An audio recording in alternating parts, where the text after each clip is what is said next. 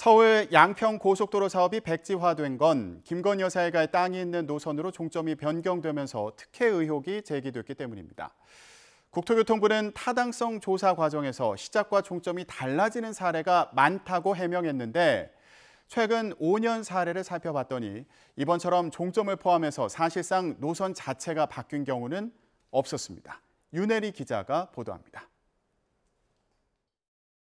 국토부가 공개한 타당성 평가 과정에서 고속도로의 시 종점이 달라진 사업 목록입니다. 지난 2010년 이후 추진된 10개 사업 가운데 절반에 달하는 5건이나 바뀐 것만 보더라도 예비 타당성 조사 이후 시 종점이 바뀌는 건 이례적인 일이 아니라고 해명했습니다. 오히려 예비 타당성안이 그대로 추진되는 경우가 거의 없다고 강조했습니다. YTN이 최근 5년간 추진된 사업들의 노선이 실제로 어떻게 달라졌는지 따져봤습니다. 먼저 2020년 8월 예비타당성 조사를 통과한 인천 계양 강화고속도로 전략 환경영향평가 보고서입니다. 시작점은 같았고 종점이 강화군 강화읍 갑곡리에서 선원면 신정리로 바뀌었습니다. 이 과정에서 노선 길이는 오히려 1.6km 줄었고 전체적인 흐름은 크게 달라지지 않았습니다. 예비 타당성 조사가 면제됐지만 타당성 평가 과정에서 노선이 조정된 부산 신안 김해 고속도로와 세종 청주 고속도로 신설 사업 사례도 유사합니다. 부산 신안 김해 고속도로는 부산 강서구 송정동에서 시작해 경남 김해시 활천동으로 이어지는 노선은 똑같았습니다. 다만 종점부를 남해 고속도로와 연결하면서 전체 길이가 0.7km 단축됐습니다. 이르면 연내 착공 예정인 세종 청주 고속도로도 마을을 둘러가기 위해 노선이 0.2km 늘어났을 뿐 전체적인 틀은 같았습니다. 하지만 이번 양평 서울 고속도로는 달랐습니다. 종점이 위치한 행정구역이 기존 양서면에서 강상면으로 바뀌었고 노선 연장은 물론 전체의 절반 넘는 노선이 바뀌었습니다. 또 이 과정에서 설치해야 할 교량은 11개, 터널은 3개 더 늘었습니다. 이 정도라면 아예 새로운 노선이라고 보고 별도의 예비 타당성 조사가 필요했다는 지적이 나오는 이유입니다. 지금은 누가 보더라도 상당히 그 오차 범위를 넘어섰다고 할 수 있는 거가 되거든요. 예비 타당성 200~300페이지 보고서에 이렇게 나왔는데 그렇게까지는 안 되더라도 최소한 거기에 주라고 비교할 만한. 이와 관련해 국토부는 바뀐 종점에 대한 분석 결과가 담긴 환경영향평가 보고서 초안 전문조차 공개하지 않고 있습니다. YTN 윤혜리입니다. 원희룡 국토교통부 장관이 일타 강사로 돌아왔습니다. 대선 당시에 대장동 의혹 일타 강사로 활약했던 원희룡 장관, 이번에는 서울 양평 고속도로가 주제입니다. 원 장관은 어떤 선택을 하든 민주당의 정치 공세는 끝이 없을 거라며 차라리 4년 뒤로 사업을 미루자면서도 민주당이 의혹 제기를 멈추면 사업을 다시 추진할 수 있다는 뜻을 밝혔습니다. 민주당의 공세에 의해 가지고 노선을 바꾼다. 그러면 그동안에 김건희 특혜를 주려고 하다가 민주당이 공격하니까 포기한 걸로 기정사실화할 거 아닙니까? 주민의 의견까지 물어서 결정을 하더라도 그게 민주당의 주장과 다른 노선이면 예산 안 넣어줄 거 아닙니까? 그럴 거면은 차라리 깨끗이 4년 뒤 임기 뒤로 미루든가 아니면 민주당의 정치 공세를 깨끗이 국민들이 심판한 위에서 하더라도 하자. 이게 저의 입장입니다. 영원히 하지 않는다는 게 아닙니다. 이런 원희룡 장관을 향해 김동연 경기도지사가 목소리를 높였습니다. 서울 양평 고속도로 백지화를 즉각 철회하라는 건데 자신이 경제부총리였다면 장관직 해임을 건의했을 거라며 거칠게 비판했습니다. 들어보시죠. 서울 양평 고속도로의 정상적인 추진은 12만 양평 국민뿐만 아니라 1,400만 경기도민 전체의 문제이며 양평구를 찾는 모든 국민의 문제이기도 합니다. 제가 경제부총리를 있을 적에 경제부처 장관이 그와 같은 일을 했다면은 경제부처를 총괄하는 경제부총리로서 대통령에게 해임 건의를 할 정도로 이것은 전혀 상식적이지 않은 일이라고 생각을 합니다. 의혹이 있어서 제기되는 거 밝히면 되는 것이고 왜 이 사업을 거기에다가 뭐라고 건다고 할까요? 장관직이면 노름판이 판권입니까? 여야 사이 공방도 치열합니다. 서울 양평 고속도로 종점 변경안을 누가 언제 제안했는지가 쟁점입니다.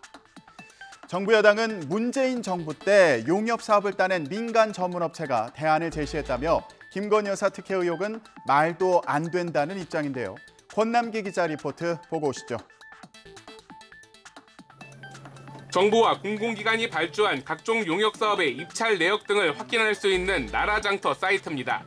김건희 여사 일가 땅 주변으로 서울 양평 고속도로 종점을 둔 이른바 대안이 제시된 민간업체의 타당성 조사 용역 과정도 공개돼 있습니다.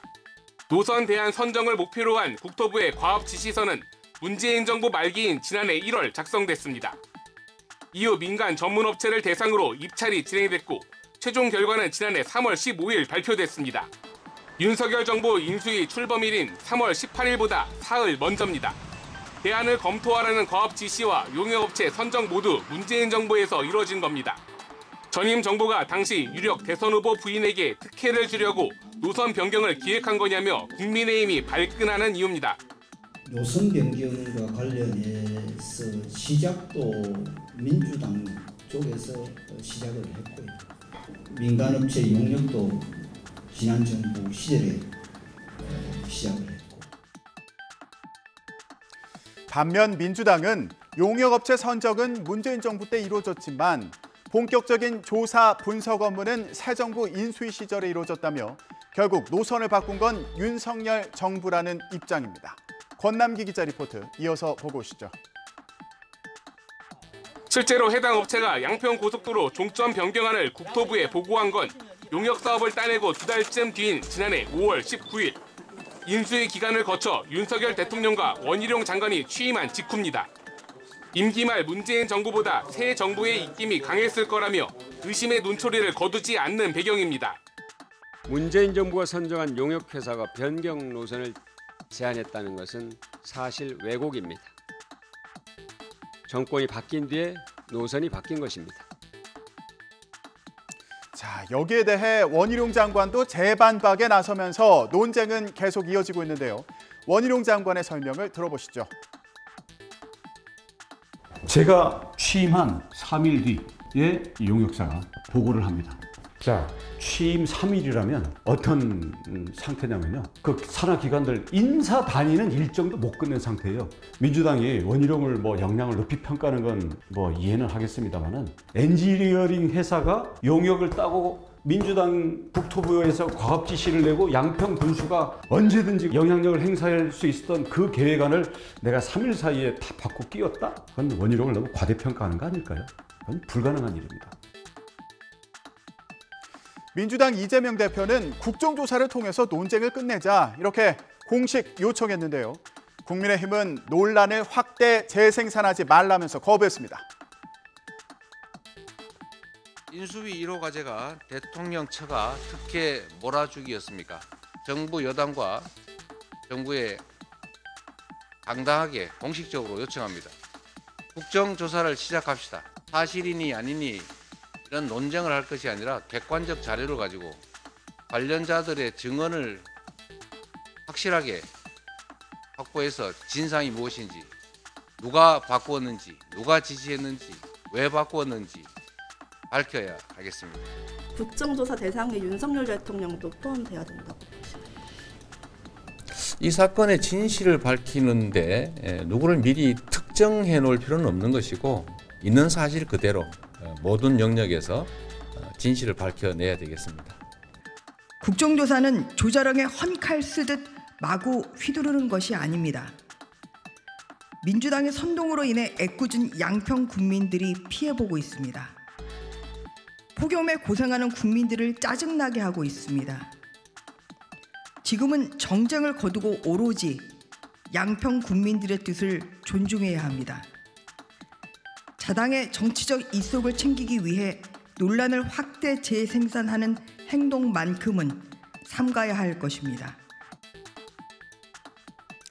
여야 공방이 어떻게 이어질지 궁금한데요. 이런 가운데 민주당 내에서는 오선 이상민 의원의 이 발언이 논란이 됐습니다. 유쾌한 결별, 무슨 의미일까요? 직접 들어보시죠. 때로는 도저히 뜻이 안 맞고 방향을 같이 할 수 없다고 한다면 유쾌한 결별도 각오하고 해야 되지 않겠습니까? 유쾌한 결별이라 하면 결국 분당이네요. 그렇죠? 아니 뭐 여러 가지 형태가 있을 수 있겠죠. 분당도 이제 그런 형태 중에 하나일 수 있고요. 예. 매일 허구한 날 지지고 볶고 자리 싸움이나 권력 싸움이나 하고 있으면 그럴 바에는 유쾌한 결별을 할 각오를 해야 한다. 이런 뜻으로 한 것이고, 아니 죽어라고 공부해라. 그러면 공부 열심히 하라는 얘기지 뭐 죽으라는 뜻 아니잖아요. 네, 이렇게 당내 계파 갈등을 두고 분당 가능성을 언급해온 이상민 의원에 대해서 결국 민주당 지도부는 엄중 경고하기로 했습니다. 이상민 의원과 관련된 얘기가 오늘 지도부에서 좀 발언이 나왔는데요. 이상민 의원의 발언이 지금 언론 인터뷰에서 도를 넘고 있다. 특히 이상민 의원의 당의 분열을 조장하는 이 발언이 명백한 해당 행위이기 때문에 당 지도부가 엄중 경고하기로 했다는 말씀을 전해드리겠습니다. 하지만 이재명 대표와 이낙연 전 대표 회동 여부를 두고도 양측 지지자들이 대립하는 가운데 입을 막는다고 당내 갈등이 가라앉을지는 두고 봐야겠습니다. 이런 가운데 민주당 혁신위에서는 이런 말이 나왔습니다. 혁신안 안 받으면 민주당 망한다. 이러다 다 죽어라던 오징어 게임 속의 대사가 생각납니다. 불체포 특권 포기 서약을 1호 혁신안으로 내놨지만 받아들이지 않는 상황에 경고장을 날린 건데요. 혁신위는 앞으로 꼼수 탈당 방지를 위한 방안을 2호 혁신안으로 공개할 예정입니다.